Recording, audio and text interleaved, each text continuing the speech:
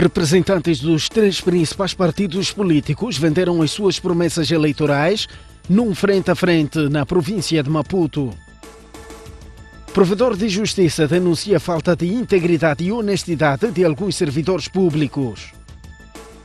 Pouco mais de 30 mil pessoas passam fome devido à seca que afeta a província de Maputo.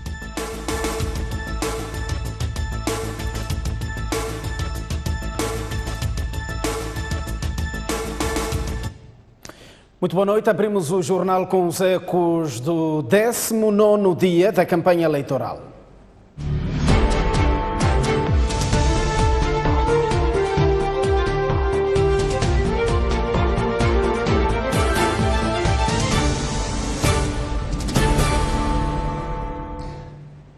E o candidato de Frelimo, Filipe Nunes, iniciou hoje a caça ao voto na província do Niassa. Quamba e Mecanhelas são os distritos que escalou e deixou promessas de mais empregos e financiamento à agricultura. Para além de comícios populares, o candidato da Frelimo tem estado a privilegiar contacto interpessoal com os potenciais eleitores nos locais de aglomeração popular, nomeadamente mercados e feiras. No mercado de Mecanhelas, o candidato da Frelimo interagiu com diferentes vendedores. Falou com barbeiros, mecânicos de bicicletas e serralheiros.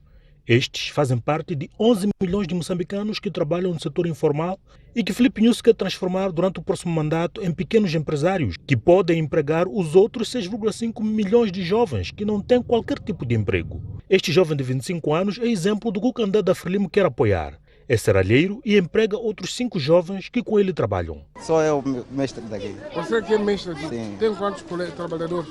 São 5. 5? Sim. E esse portal alguém encomendou? Sim. Depois vai custar quanto esse portal? Esse portal é 35 mil. Estes outros são mecânicos de bicicletas e pela sua atividade conseguem render por mês entre 6 a 9 mil meticais. Mas também são um exemplo do que Filipe Nunes quer que aconteça no país a partir do próximo ano, caso vença as eleições, que é pôr todo mundo a trabalhar. Peças, por aqui. Sim. Costumam comprar. Compra e repara. Sim, sim. E como que faz o preço? O preço? Se for a câmara é 10 meticais, furo. Se for arranjar na caixa, é 20 meticais. Mas mais ou menos repara quantas bicicletas por dia? Por dia, pelo menos cerca de 30 ou 40 bicicletas. Sim, sim. Por mais ou menos em média 10, 15 meticais cada bicicleta. Pelo menos por dia conseguimos cerca de 300 ou 200 meticais. No comício que orientou em Mecanhelas e que foi bastante concorrido, prometeu melhorar a formação técnico-profissional para que iniciativas deste género possam se multiplicar pelo país. Eu sei que aqui trabalho é mchito, não é isso? Então é o quê? Mchito. Vai ser o quê? Mchito. Não fica a chorar à espera daquele para te empregar. É bom aquele que conseguir. Vamos aumentar a formação nos jovens para serem serralheiros, canalizadores, eletricistas. E isso temos vindo a fazer. Isso vai ser necessário porque as empresas que vamos mobilizar para vir para aqui vão precisar dessas especialidades, de pedreiros, de carpinteiros, etc. Encontrou ainda no mercado os que se dedicam à comercialização agrícola. Os mesmos apontam as estradas como um grande empecilho para a sua atividade, mas Nunes diz que o seu compromisso eleitoral tem esse problema em conta, porque já prevê a reabilitação de estradas rurais, mas também as principais. Por outro lado, podem ser elegíveis a beneficiar do financiamento do projeto Sustenta, na componente da comercialização. Aqui em Niassa produz batata lá em cima, lá. Lixinga lá para cima não produz? Sanga. É longe, né? Mas vende bem? Quando alguém traz lá do outro lado de Niassa, é mais caro do que este, né? Transporte, né? Por causa da estrada? Por causa da estrada, porque daqui para lá é muito perto. Daqui para onde? Para Angônia? Mas negócio agora está animado. Negócio? Está animado. Está animado, sim. Agora que tem banco, vendeu, vai pôr no banco dinheiro. Temos de pôr lá mesmo então. No banco? Está animado o negócio? Está animado o negócio, sim. No comício que orientou em Quamba, Filipe Nunes apontou a questão de estradas como sua aposta pessoal para tirar Niassa do isolamento e mencionou as vias de acesso que merecem a sua grande atenção. Vamos ou não a construir estrada que vai sair de Quamba até de Xinga. Estamos ou não? Estamos ou não? Prometi ou não prometi? Estou a fazer ou não estou a fazer? Temos o nosso pensamento de fazer essa estrada daqui para Miterica, Maua, até onde? Vocês não conhecem como não anda, eu ando muito. Essa estrada não vai encurtar o caminho para Marupa. É o nosso pensamento. No comício, condenou ainda a violência que está a marcar a campanha eleitoral. Agora que está a decorrer a festa da campanha para escolher-se, alguns estão de novo a pensar em fazer malandrice, matar pessoas. Este país não pode continuar sempre assim. Os nossos vizinhos zangam-se entre eles, mas matam-se. Agora nós, por que é que temos que nos matar? Francisco Malhate, Pedro Amba, Press TV.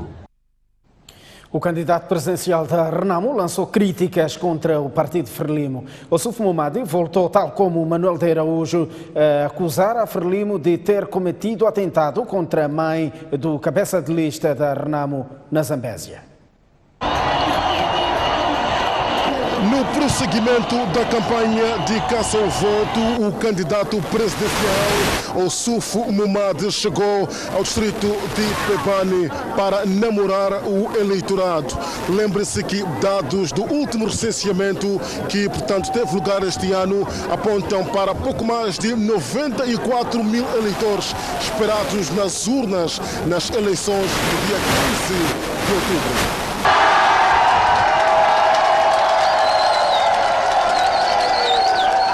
Ossuf Momadi passou grande parte do seu discurso a falar em língua local para fazer passar a sua mensagem de caça ao voto ao eleitorado da Vila C distrital de Pebane. Falou da melhoria que pretende dar ao setor da educação, agricultura, entre outros. Eu quero saber quem tem cartão de eleitor, que levante o braço.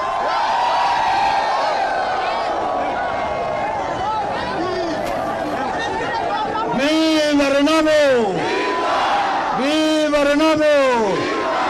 Nini Walana! Nini Walana! Mahala! Mihana mahimela kala hiwale wa mihua! Wira Osufu himeta ta. Nini Walana! Nós viemos aqui para vos dizer que nós vamos promover uma agricultura mecanizada. Na educação, na educação, para promover educação, da primeira até 10ª classe, sem pagar matrícula. Mais adiante, o candidato presidencial da Renamo fez duras críticas a Frelimo e voltou a acusar de protagonizar o atentado contra a mãe do cabeça de lista, Manuel de Araújo. Cara sem vergonha, aparece a dizer que são problemas da Renamo. Não é verdade. Não é verdade. Nós conhecemos o comportamento daqueles nossos irmãos. Aquele que está hospitalizado, que foi catanado, é obra da Renamo? É da Frelimo. Aquele conhece os que foram até a sua casa de katana e fizeram aquilo que fizeram. Não é verdade? Para dizer que aqueles que queimaram, que queriam matar a mãe do nosso cabeça de lista, não é a Renamo. São aqueles maldosos de cor vermelha. Mas nós não vamos recuar. Ouviram bem? Sim. Não vamos recuar. Vamos continuar convosco até a vitória. Em seguida, Ossuf Momadi apresentou o cabeça de lista Manuel de Araújo a cargo de governador da Zambésia nas eleições deste ano. Há 44 anos que a Frelimo está a dirigir. Já puseram Alcatrão aqui? Já puseram fábrica aqui? Colocaram o porto? Por isso, meus irmãos, no dia 15 de outubro, vamos votar em? Vamos votar em? Renamo! do presidente Ossufo! E assim foi mais um dia de campanha eleitoral na Vila Sede Distrital de Pebane, província central da Zambésia. Depois de Pebane, o Ossufo Momad vai escalar a zona de Napuro. Depois de Napuro vai para Alto Molokwe, mas antes em Gilé, no âmbito da campanha de caça ao voto. Imagens de São Paulo, Jorge Marcos, STV, a partir de Pebane na cobertura do candidato presidencial da Renamo. O candidato do MDM encerrou hoje o seu périplo pela província do Niassa, orientando um comício no distrito de Mecanhelas. David Simango disse que, caso seja eleito Presidente da República, vai reduzir a taxa de energia e quer que seja o Parlamento a aprovar os fundos provenientes da exploração dos recursos minerais. Esta é uma notícia para acompanhar noutros serviços informativos da STV. E porque a campanha eleitoral decorre à escala nacional, na cidade da Beira, a Frelimo priorizou hoje contactos interpessoais no bairro da Munhava e o MDM continuou nos mercados. Já a Renamo reservou este 19º dia de campanha eleitoral para encontros com os seus membros que estarão nas mesas de votação. Lourenço Bulha, cabeça de lista do partido Frelimo em Sofala, voltou a escalar nesta quarta-feira, 19º dia de campanha eleitoral, o populoso bairro da Munhava, depois de ter estado nos últimos 7 dias a conquistar o eleitorado nos mercados. Na Munhava, Bulha prometeu aos eleitores deste bairro que, caso o seu partido vença as eleições em Sofala, ele, na qualidade de governador, irá apostar na melhoria de vida das comunidades locais, ajudando o edil da Beira. Está difícil isso. Então não é mal, está no outro partido, vamos trabalhar junto para o bem do povo, não é assim? Temos que trabalhar junto. Governar o que é? É inclusão, não é? Vamos incluir todos e vamos trabalhar todos juntos para o lixo. Quando você puxa Juia, sabe o que é Juia? Rede. Quando puxa sozinho, aguenta tirar peixe? Não aguenta. Quando puxa 5 pessoas, 10, não é melhor? Então vamos juntar com o município para trabalhar e desenvolver a província e a cidade da Beira. Está bem? De seguida, Bulha prometeu que a sua governação irá apostar no empreendedorismo. O que é que eu aconselho a vocês? Tirem curso de formação técnica profissional. Por quê? Aprendem a saber fazer. E aí já podem trabalhar sem que tenham um emprego. O emprego vai ser o vosso trabalho próprio. O cabeça de lista do MDM está desde esta terça-feira no distrito de Marromeu, na Beira. Os membros deste partido continuam a palminhar os mercados. Os produtos estão aqui a ser vendidos. 90% desses produtos são importados. Moçambique há muita terra. Não temos agricultura mecanizada. Todos esses produtos temos que buscar fora para virmos vender aqui. Por isso que os produtos são muito caros. São muito caros. Temos distritos que produzem, mas por causa de via de acesso, as estradas estão todas estragadas. Os carros não conseguem chegar aqui com os produtos chegam aqui muito caros. Não conseguimos comprar esses produtos por causa das estradas. Votando no MDM, vamos melhorar as vias de acesso. E os produtos vão baixar os preços, porque os produtos para saírem do distrito até aqui não vão levar uma semana. A Renamo, cujo cabeça de lista está no distrito do Bus, reservou esta quarta-feira para o encontro com os seus membros que no próximo dia 15 de outubro irão trabalhar nas mesas de votação. Em Manica, a cabeça de lista da Frelimo esteve a pedir votos no bairro Mudzingadze, onde prometeu emprego e melhorar a vida dos cidadãos caso o partido e Filipe News vençam as eleições. Já a Renamo convocou a imprensa para denunciar intolerância política, enquanto que o MDM esteve a caçar votos no distrito de Mussurize. No 19º dia de campanha eleitoral, a Frelimo usou a estratégia de porta a porta no bairro Mudzingadze, na cidade de Chimoio. Aqui, a cabeça de lista, Francisca Domingos Tomás, além de pedir votos em troca de emprego e infraestruturas sociais, esteve a intensificar a educação cívica ao eleitorado. Você, com minha irmã, minha tia, minha prima, vim pedir o seu voto para o presidente Inhosse para continuar a trabalhar. O presidente Inhosse mostrou muito trabalho aqui. Sim. O nosso partido mostrou muito trabalho aqui. para termos mais escolas, mais água, energia e também termos emprego para nossos jovens. E é um partido maduro que já mostrou o que ele faz. E é o presidente Maduro com clareza da sua missão. Então, estou a pedir a ti, eu sei que és madura, para votar na Frelimo e presidente Nhosi. Aceitas? Sim, aceito. Aceita? Sim. Aceita por quê? Porque o partido Frelimo é o partido no poder, também ajuda muito as pessoas. Eu sofri um incêndio, mas o secretário, o povo em si, em geral, ajudou. Sim. Então vamos continuar a votar nele para ajudar-nos cada vez mais.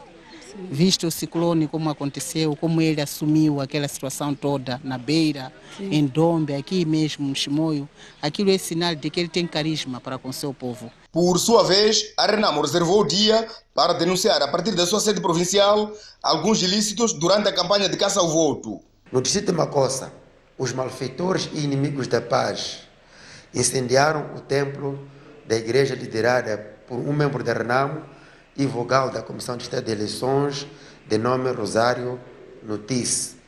O celeiro do senhor Fulniz Bins, o celeiro do filho do candidato a membro da Assembleia Provincial de Manica, pela lista da Renamo, Borges Tiago Ariva. No dia 16 de setembro, no posto administrativo de Mavonde, no posto policial local, um grupo de membros da Frelimo, chefiados pela mulher do chefe do posto administrativo de Mavonde, atacaram a caravana do cabeça de lista da Renamo sob olhar impávido dos agentes da polícia. No mesmo momento, a caravana da Renamo neutralizou 3 indivíduos entregues à polícia, mas do que se sabe, foram soltos e neste momento foram intensificar a campanha de intimidação aos membros da Renamo em Mavonde.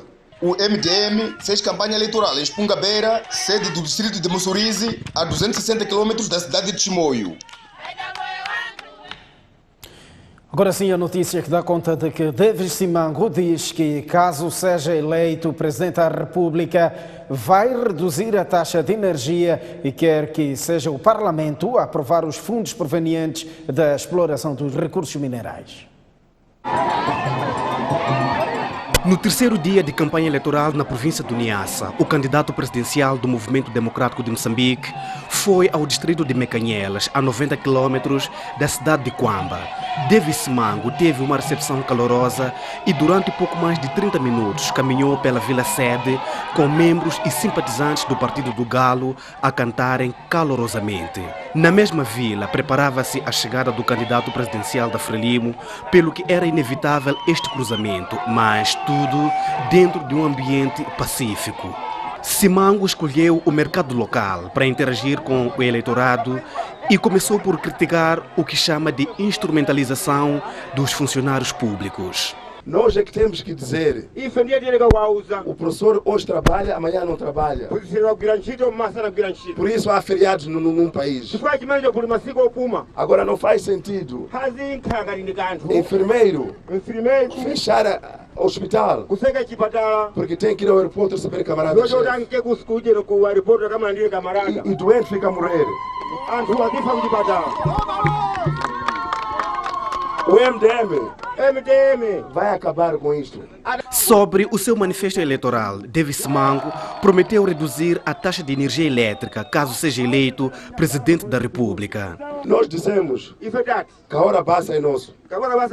Mas preço de energia, o bolso dos moçambicanos não dá para pagar. A energia é muito caro. Mas na África do Sul, no Malawi, onde vai a energia de Caurabassa, é mais barato que aqui em Moçambique.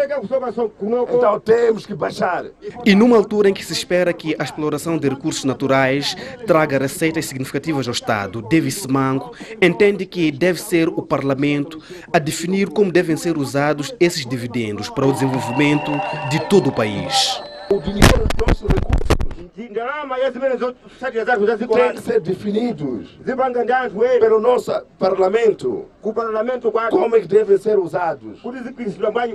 É o tal saco azul que nós falamos no nosso manifesto. Entra qualquer tipo de governo. Estão definidas as prioridades para Moçambique desenvolver. E essas prioridades são definidas a partir de um grupo de expertos, consultores competentes, que recomendam a nação moçambicana e é submetido à Assembleia da República, para a Assembleia da República conceber essa estratégia de desenvolvimento do país. Porque isso permite que esses recursos que vêm dos recursos naturais não sejam usados de uma forma deliberada. Não pode ser um governo a determinar como é que vão os nossos recursos. Olhem para a minha cara. O candidato do Movimento Democrático de Moçambique deixou a província do Niassa rumo à Zambésia, a terra da bicicleta. As imagens são de Ivo Oliveira, Ricardo Machava, STV. Agora as incidências do 19º dia de campanha eleitoral em Inhambane, com os 3 principais partidos a desdobrarem-se na caça ao voto.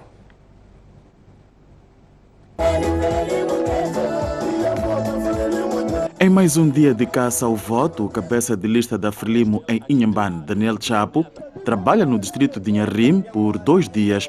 Por sua vez, Alcinda de Abreu, membro da Comissão Política da Frelimo, reuniu-se com residentes da cidade de Machis para pedir voto para o partido e o respectivo candidato presidencial.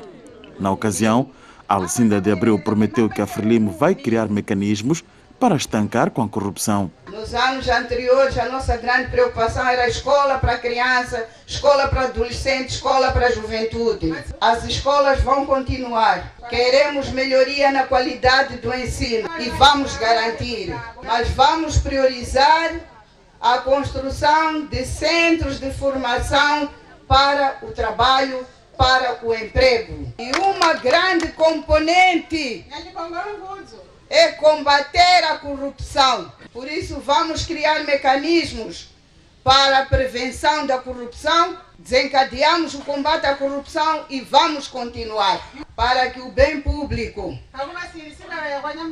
chegue ao destinatário. Em Inhambane, uma brigada encabeçada pela membro da Comissão Política Nacional da Renamo, Gania Mussaji, escalou os bairros periféricos da cidade capital para pedir voto na porta dos eleitores. A promessa era baixar os impostos para aliviar o bolso do cidadão. Nós temos riquezas aqui em Moçambique, em especial aqui em Inhambane, mas muitos jovens como tu estão aí a trambular sem emprego. Nós queremos que os jovens tenham emprego, nós queremos que os jovens cresçam tranquilos. Nós não vamos tirar os impostos, mas vamos diminuir. Porque o vencimento mínimo não dá para comprar 1 quilo de arroz para uma família nossa africana de 10 pessoas. Então tentem, juro mesmo, nós vamos diminuir essa taxa de 17%, que é para papá conseguir comprar açúcar, conseguir comprar arroz para criar os teus filhos. Quem também esteve na Machixe foi o Partido de Renovação Social Parezo, com o respectivo cabeça de lista, Menezes Naife. Membros daquela formação política percorreram diversos mercados da URB e interpelavam vendedores a pedir voto. Quando para ir do presidente cuiu como o motivo, mas até bota guava passa o hipimi sa sabotura como quando eu quase o rua meta sulinha sa o rengi samatin o carabubat o guarda kunzazi o yakulehan do seu voto, o vosso voto, para garantir este partido na Assembleia da República para que possa aprovar leis concretas, leis que possam melhorar o desenvolvimento deste país. Garante-nos o seu voto no dia 15 de outubro. Nós podemos contar consigo no dia 15 de outubro.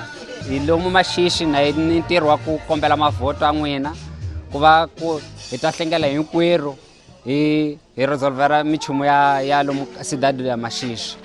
Na conta na voto lá ngwini. O cabeça de lista do Movimento Democrático de Moçambique continua a trabalhar nos distritos do interior de Inhambane. Hoje houve um frente a frente em Maputo, onde António Muxanga, da Renamo, Augusto Pelembe, do MDM e Galiza Mato Júnior, em representação de Júlio Parruque, da Frelimo, estiveram num debate eleitoral que contou com a participação de estudantes e membros de organizações da sociedade civil. A ideia do debate foi permitir que os cabeças de lista que concorrem para a Assembleia Provincial de Maputo fossem confrontados após a apresentação das suas promessas eleitorais. Num debate organizado pela Sociedade Aberta e o Centro de Desenvolvimento Urbano, representantes dos 3 principais partidos do país tiveram a oportunidade de vender as suas promessas eleitorais aos estudantes e organizações da sociedade civil. Um dos objetivos principais. Augusto Pelembe, cabeça de lista do MDM para a província de Maputo, foi o primeiro a apresentar o manifesto do partido, tendo dito que, se for eleito governador, vai apostar na educação e agricultura. Como nossa prioridade, primeiro é acabar com as passagens automáticas, para que tenhamos uma educação de qualidade. E o MDM propõe-se como objetivo incentivar a agricultura para que possa se produzir mais, para que o custo de vida possa baixar. Mas isso é possível se for olhar toda a terra arável que existe aqui na província de Maputo, ela não é usada. A nossa proposta como Renamo, António Muxanga, cabeça de lista da Renamo, prometeu apostar na construção de casas para jovens e criação de emprego. Para garantir emprego, apostamos na agricultura. A província de Maputo, que muito bem conheço, tem rios em todos os distritos que podem permitir que haja sistemas de regadio. O rio Nkomati passa de Moamba, passa da Manhissa até Maracuene. É possível nós usarmos água para construir regadios neste troço, não para produzir cana-de-açúcar, mas para produzir cereais. De cana-de-açúcar e banana já chega. A par disto, temos o desafio da casa para jovens. As casas podem ser feitas com autoconstrução ou através de casas que serão edificadas pelo governo em parceria com pessoas de boa vontade, mas casas de custo razoável, correspondente ao bolso do cidadão, para não termos aquela vergonha que temos em Taca. Temos casas que ninguém compra, temos a Vila Olímpica, os jovens estão abandonados porque não conseguem viver lá, voltaram para a independência de seus pais e estão a tentar arrendar as casas. Estamos a crescer. Galiza Mato Júnior, em representação de Júlio Parruque, cabeça de lista da Frelimo, falou de projetos de cidades para a província de Maputo. Nós queremos, caros jovens, desenvolver para vocês o primeiro conceito de Smart Cities. O que é uma Smart City? É uma nova cidade segura, inteligente, ambientalmente sustentável, onde as pessoas podem viver. Pelo menos 1 milhão de pessoas, 80% dos quais nos próximos 5 anos vivam em novas cidades. Onde? Aqui em Moamba e aqui em Matutuíne. Os cabeças de listas foram também confrontados pela plateia. Quando disse que a educação, a passagem automática, foi uma forma que o governo poder usou para nos atrasar. Mas eu não estou atrasado, tenho a sociedade aberta e alguns estão a me ajudar. Eu não estou. Eu quero saber qual é a criatividade, o que vão fazer, projeto. Pela idade que ele tem, não passou pelas passagens automáticas, pela sua idade mesmo. Não passaste pelas as passagens automáticas. Eu acho que falta sensibilidade nele, porque eu sou pai, tenho um filho de 11 anos, e eu tenho que pagar explicador todo mês, e eu sinto no bolso isso.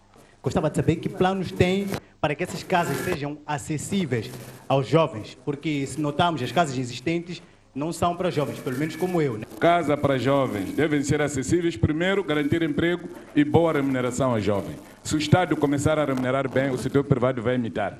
Então os jovens terão a capacidade. Mas teve a falar da Smart City. apresentei projetos novos. Nós não queremos nada de novo, pode até estancar. Resolve problemas de agora, problemas de água aqui ao lado, em Boane. Boane é a fonte de água para a cidade de Maputo, mas aqui ao lado não sai. Traz soluções. O que vai fazer? Aqui onde já temos problemas, não cria mais problemas. Smart City, deixa aquela mata de Moamba. Está bem assim, resolva lá onde já está a viver. Não temos que ter matas. Você é mestrado, não pode ter esse tipo de pensamento. É um pensamento ridículo. As matas têm que ser para florestas, para jardins e etc, etc. Os organizadores do evento, Sociedade Aberta e o Centro de Desenvolvimento Urbano, prometem trazer mais debates envolvendo cabeças de lista que concorrem em outras províncias do país.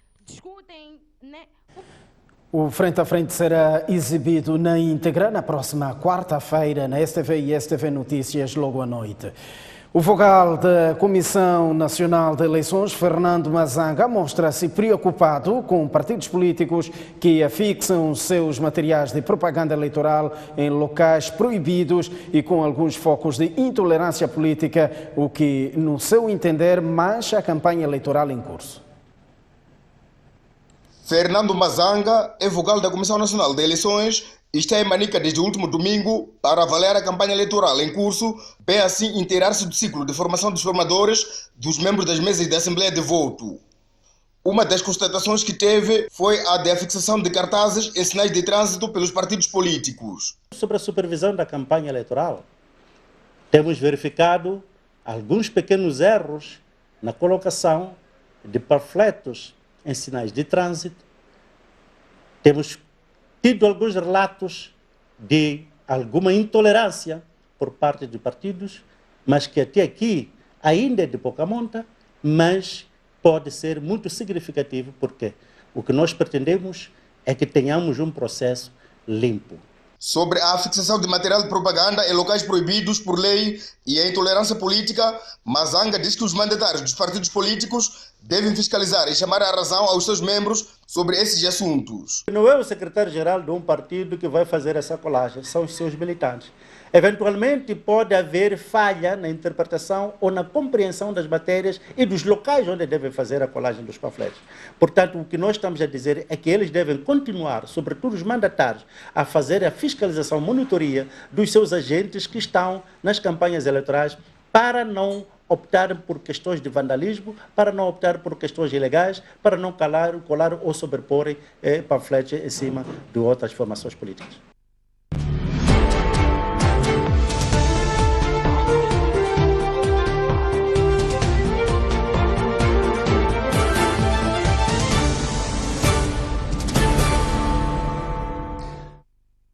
Saímos para um curto intervalo, voltamos dentro de instantes com mais informação. Até já.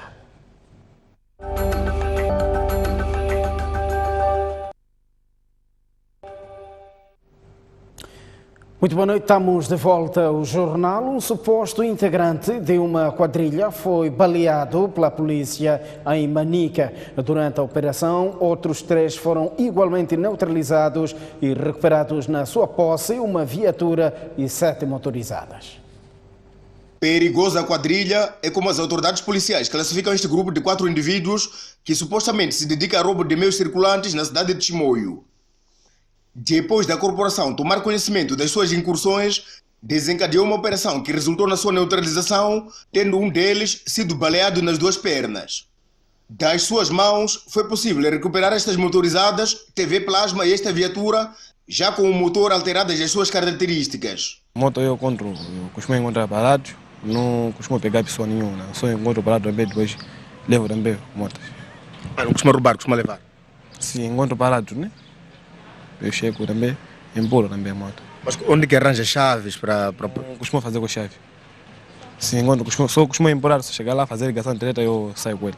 A polícia diz não ter dúvidas que este grupo é o mais temido quando o assunto é assaltos a meios circulantes em Chimoio. Importa referir que todos fazem parte da mesma família e já tem um grande cadastro no mundo do crime. Neste momento a polícia já lavrou a respectiva peça de expediente e será encaminhada às instâncias competentes para posteriores segmentos legais. A PRM acredita que mais elementos estejam ligados à suposta quadrilha, daí que, segundo assegurou, ações estão em curso visando a sua neutralização. As vítimas dos ciclones Idai e Kenneth poderão estar na rota do tráfico. O alerta é da Associação Alumínio USA Moçambique, que aponta a vulnerabilidade dos afetados como fator de aproveitamento por parte dos traficantes. Por sua vez, a Procuradoria da República chama a atenção para as novas formas de atuação dos traficantes na região. Há condições para o surgimento de casos de tráfico de pessoas nas zonas afetadas pelos ciclones Idai e Kenneth, concretamente nas províncias de Sofala, Manica e Cabo Delgado. Quem assim adverte é a Associação Illuminate Moçambique USA, que congrega académicos, investigadores, empresários que beneficiaram de intercâmbio nos Estados Unidos da América. E nós prevemos que futuramente, pela vulnerabilidade que a população tem, se encontra neste momento, facilmente podem ser enganados, facilmente são pessoas predispostas para o efeito tráfico. Facilmente podem ser enganados por probabilidade de existência do emprego, né? Facilmente podem ser enganados para que se desloquem para um certo país e sejam, de certa forma, usadas, escravizadas, em caso das mulheres, sexualmente. Para esta agremiação, que esta quarta-feira reuniu diversos intervenientes que trabalham na área, é urgente desenhar estratégias com vista a prevenir a ocorrência destes fenómenos nas zonas afetadas. Na ocasião, o Ministério Público alertou para a necessidade de atualizar a legislação em vigor, tendo em conta os novos modus operandi dos traficantes, que a nível da região têm estado a aliciar e a recrutar as vítimas através da internet. Já temos alguns exemplos de casos que aconteceram ao nível da região da SADC. E isto, portanto, nos alerta no sentido de começarmos a fazer um trabalho no nosso país para que nós não tenhamos casos desse género. Ainda não nos foi reportado. Este tipo de crime, de acordo com a Procuradora-Geral Adjunta Amabela Chuquela, vem camuflado em forma de anúncios de emprego e bolsas de estudo para o estrangeiro nos sites da internet. Em 2018 foram reportados 10 casos de tráfico de pessoas, dos quais 4 relacionados com exploração sexual e 6 com exploração laboral. O Centro de Integridade Pública diz que o setor da saúde não é transparente quanto ao uso dos fundos canalizados pelos parceiros de desenvolvimento internacional. O CIP diz ainda que o setor produz relatórios, mas não disponibiliza ao público. São resultados de uma pesquisa que analisou as contas do Ministério da Saúde entre 2012 e 2018. Em geral, segundo o estudo, não há prestação de contas ao público sobre o que é feito com o dinheiro que os parceiros internacionais canalizam aos setores. Formalmente, o governo reconhece a importância da transparência da ajuda. No entanto, apesar do reconhecimento formal da importância da transparência no setor, evidências relacionadas com a disponibilidade de informação em plataforma, assim como a falta de publicação dos instrumentos e respectiva disponibilização ao público, mostram que na prática não há cometimento com o assunto. O CIP afirma que o governo não mostra interesse em ser transparente com o público, entretanto tem prestado contas regular e frequentemente aos parceiros de desenvolvimento. Nós, quando visitamos a página do MISAL, encontramos apenas o relatório de 2012. Mas o Ministério já tem estado a elaborar esses relatórios, já passam mais de 10 anos, mas nós encontramos disponível o relatório de 2012. E, conforme dizia, esta informação é elaborada pelo MISAL, entretanto não é disponível ao público moçambicano, entre aspas, esses relatórios são fornecidos a um grupo de parceiros de desenvolvimento deste setor.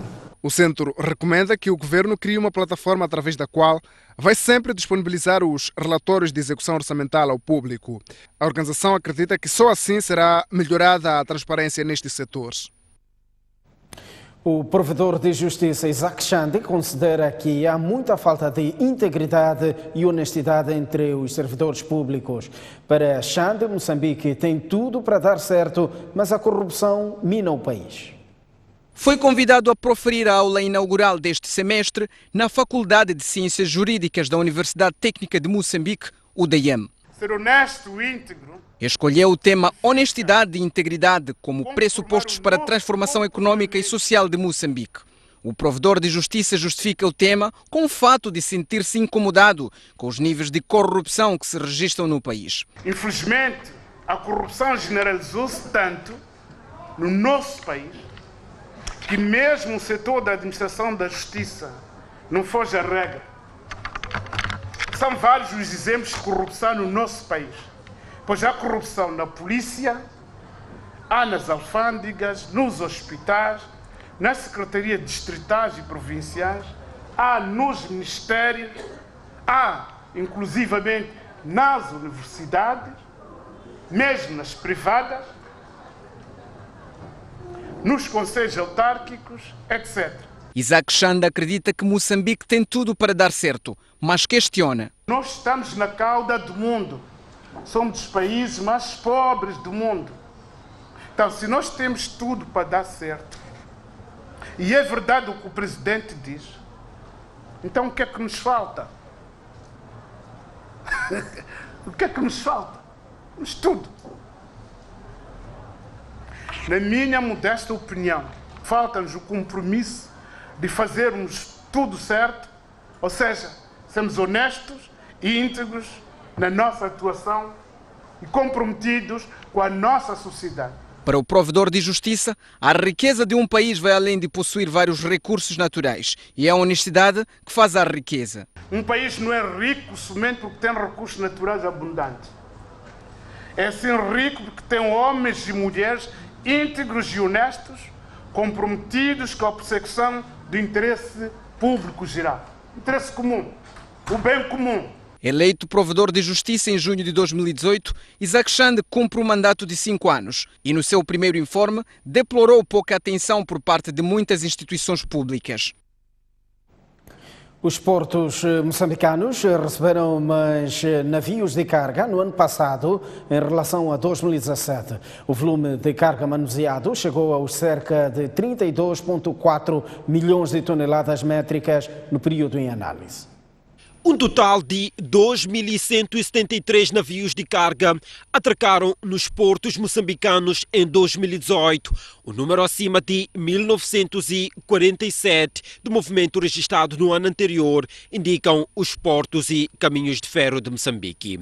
A quantidade de carga portuária manuseada chegou a atingir cerca de 32,4 milhões de toneladas métricas, com o Porto de Maputo na dianteira, ao contribuir com mais de 14 milhões de toneladas métricas, seguido do Porto de Nacala Velha e da Beira, com 8,2 e 7,4 milhões de toneladas métricas, respectivamente. Em termos de distribuição de navios por cada porto, o de Maputo liderou ao receber 847 navios em 2018, menos 6 que em 2017. Seguem-se os portos da Beira e de Nacala, com 589 e 438 navios, respectivamente. No radar dos projetos bilionários da indústria do gás natural da bacia do Rovuma, em Cabo Delgado, cujo arranque da fase de produção está prevista para 2023, os portos locais, nomeadamente Pemba e Mocimboa da Praia, receberam perto de 70 navios de carga.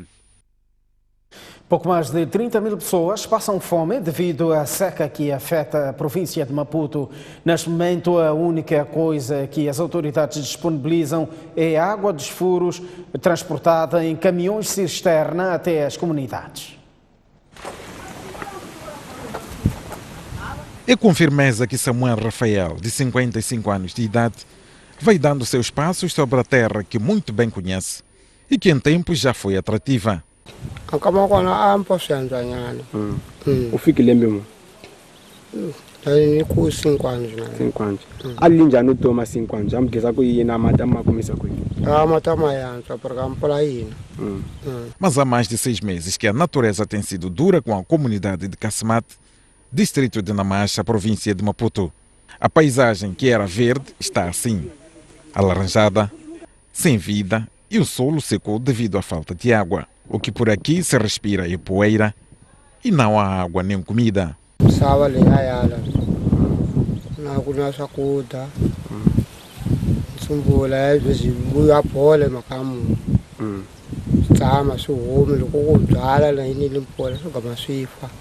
Sem comida, A comunidade tem de percorrer 5 quilômetros para ter acesso à água. Mas para Samuel Rafael, a esperança é a última a morrer.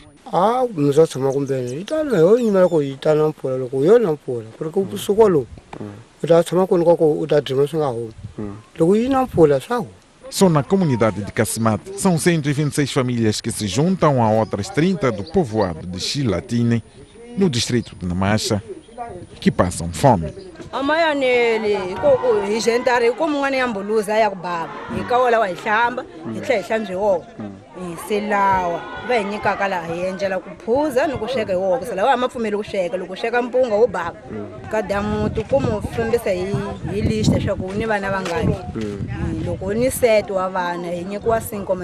Por aqui, a terra não produz mais comida e a alternativa é usar o pouco dinheiro que se consegue para comprar em Boane.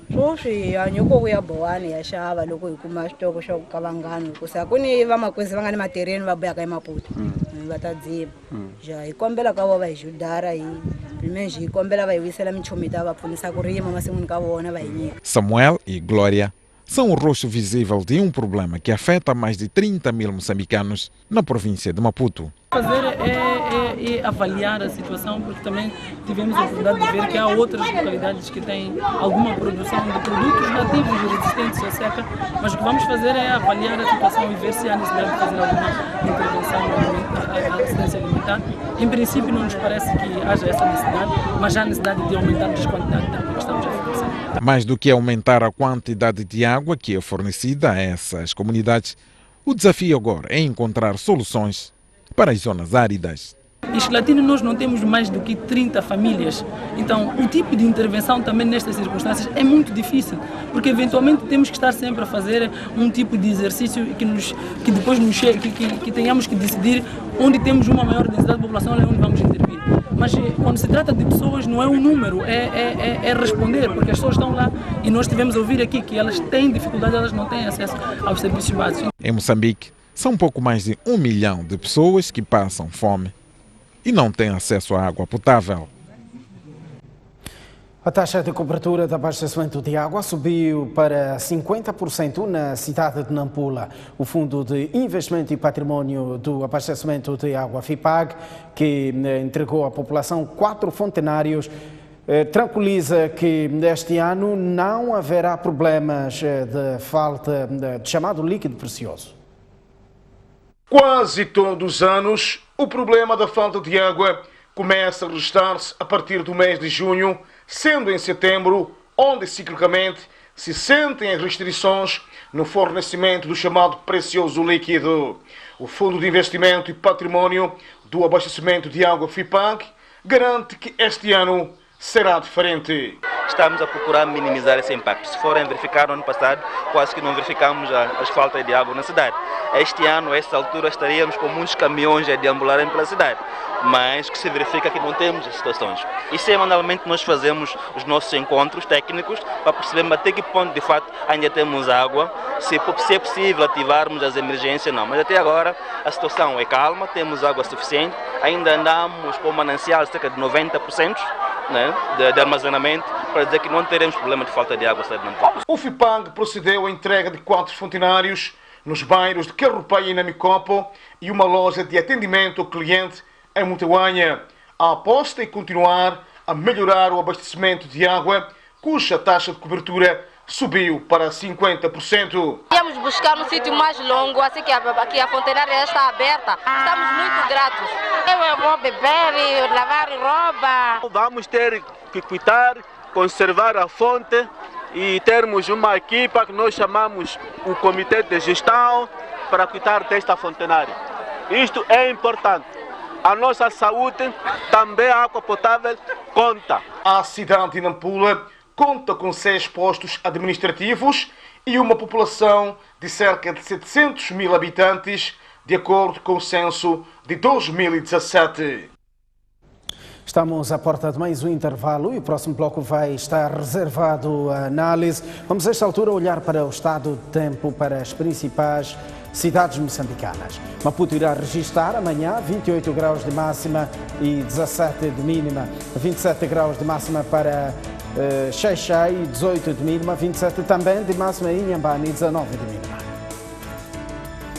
Já no centro do país, Tete, 33 de máxima e 20 de mínima, Chimoio, 28 graus de máxima e 14 de mínima, 28 também de máxima na Beira e 19 de mínima, Quilimane, 30 graus de máxima e 18 de mínima. Norte do país, 27 graus de máxima para Lixinga e 14 de mínima, 29 graus de máxima em Pemba e 21 de mínima, Nampula, 32 graus de máxima e 20 de mínima. Até já.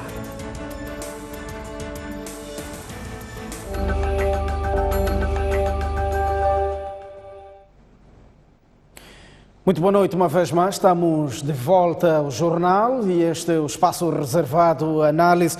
Hoje vamos olhar para um tema que mexe com toda uma região africana, estamos a falar da xenofobia na África do Sul, causas e consequências. E o meu convidado é o académico Severino Nguenha. Muito boa noite, bem-vindo aqui ao espaço. Uma das alegações dos sul-africanos é de que os estrangeiros os roubam as grandes oportunidades de emprego. Será esta a principal origem da xenofobia na África do Sul ou há outras causas e muito mais profundas por detrás deste fenómeno?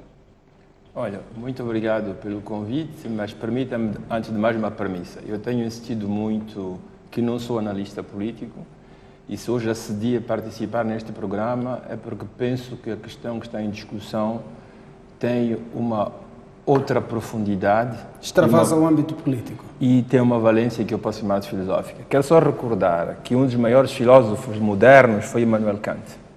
Immanuel Kant interveio no debate em volta da Revolução Francesa. A Revolução Francesa tinha começado com bons propósitos, mas muito rapidamente degenerou numa grande violência e a questão mais difícil era saber como terminar com ela de maneira pacífica, sem voltar para trás, conservando seus ideais e proporcionando os objetivos que era a justiça social. A questão, se for transferida para a nossa latitude, o que é que temos? Revoluções ou reformas que começaram com objetivos justos, pautaram pela violência ou foram impedidas pela violência, mas que depois tiveram corolários não satisfatórios para as populações, o que engendrou insatisfação e violência. A África do Sul, no período de Nelson Mandela, conseguiu uma transformação radical do sistema. Porém, a satisfação das necessidades dos mais pobres, da maioria dos negros, em termos de justiça social, não foi satisfeita.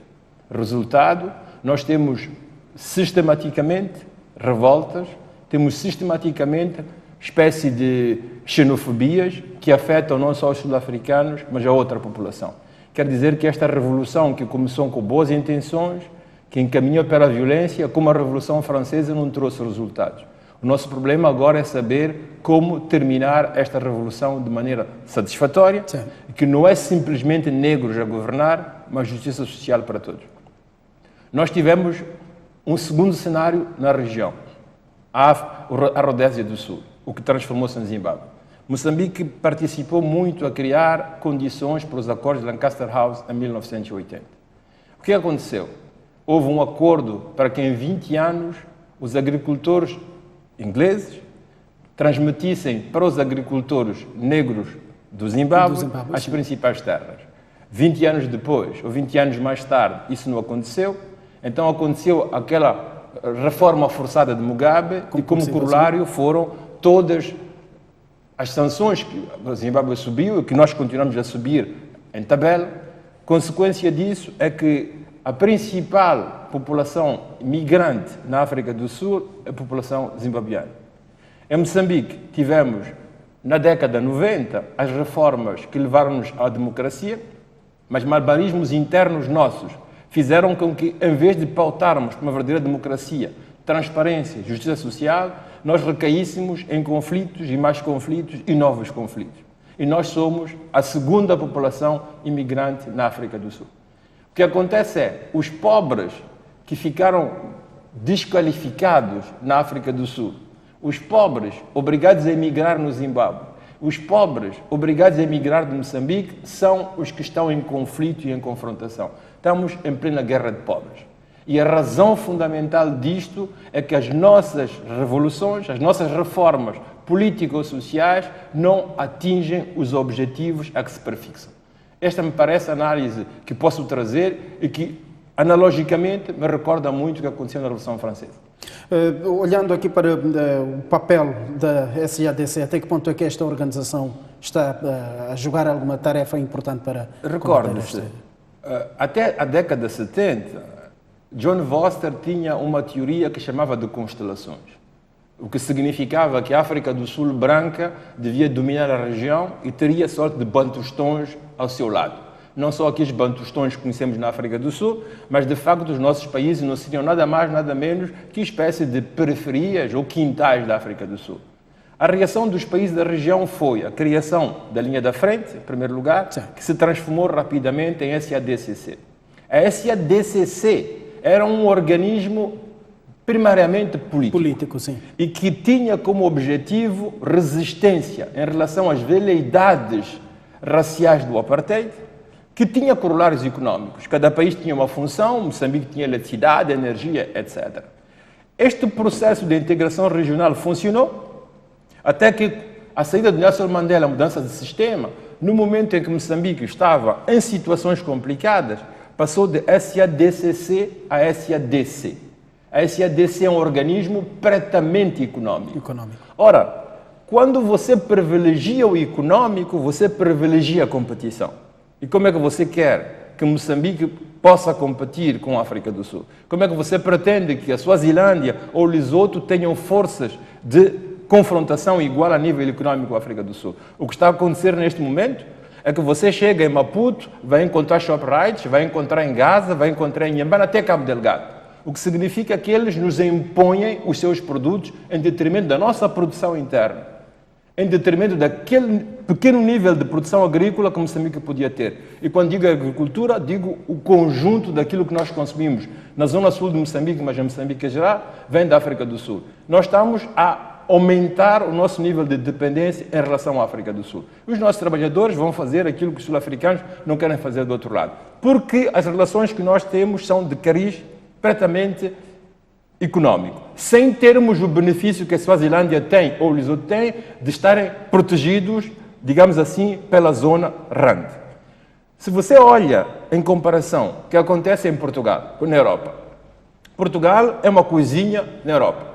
Portugal não teria nenhuma capacidade de sentar-se à mesa, como estamos nós dois, com a Alemanha, se as relações entre Portugal e a Alemanha fossem simplesmente de índole comercial ou económica. A Europa começou em 58 como uma comunidade económica. Rapidamente ela viu-se, para poder ter relações iguais entre os seus cidadãos, ela teve que transformar-se de comunidade económica a comunidade política. Nós fizemos o inverso.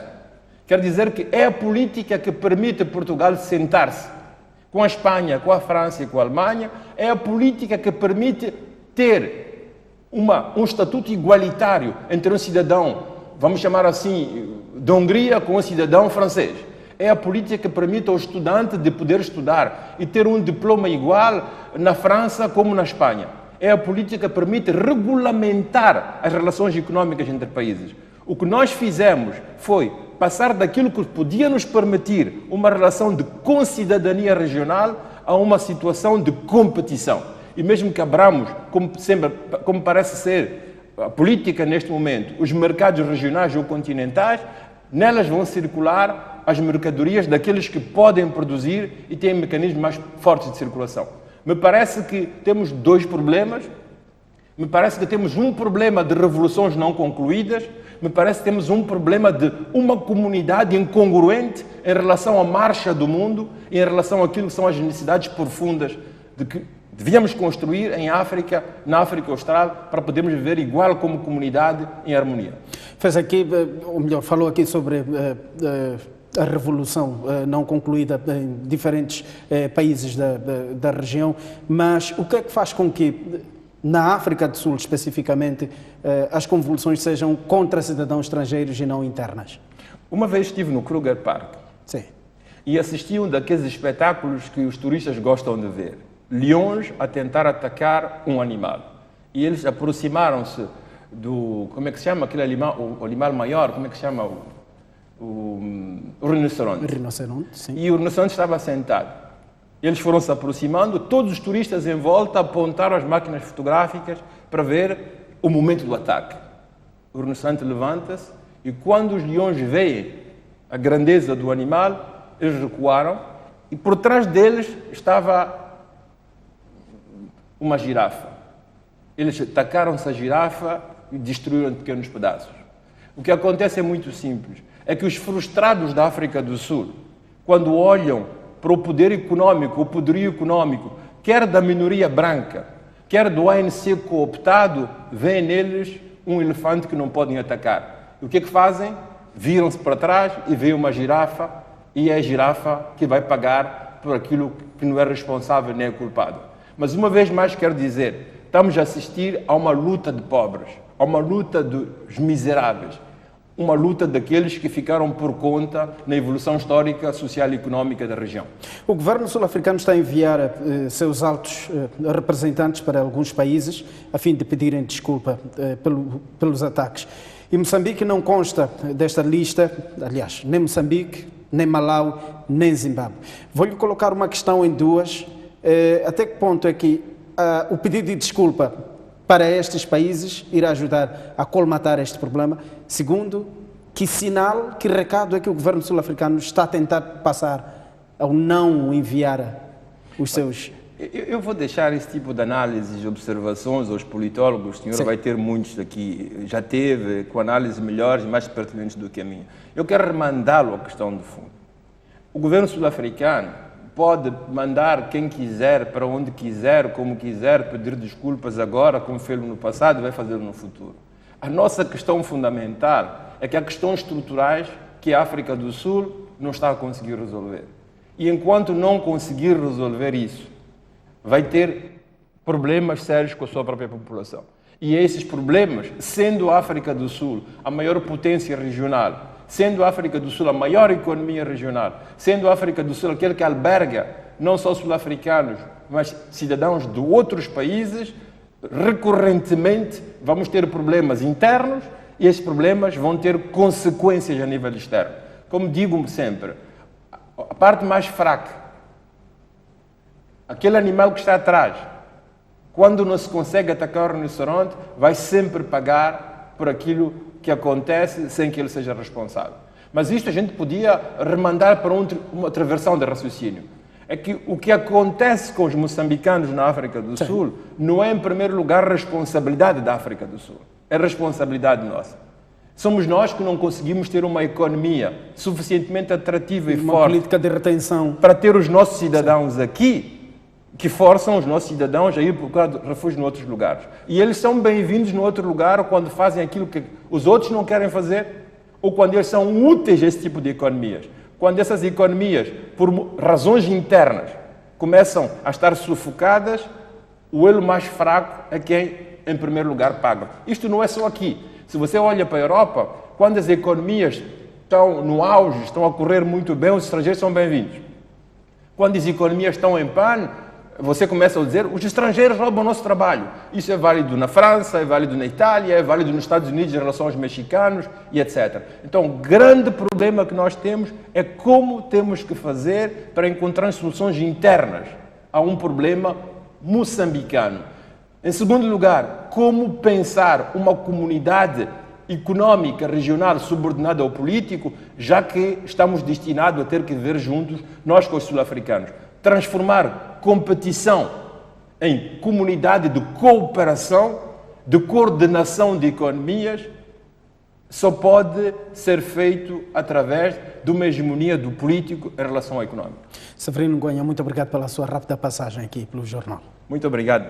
Obrigado. Até breve. É o ponto final deste espaço de análise. Termina também o Jornal da Noite. Tenha uma grande noite, tenha uma grande quarta-feira.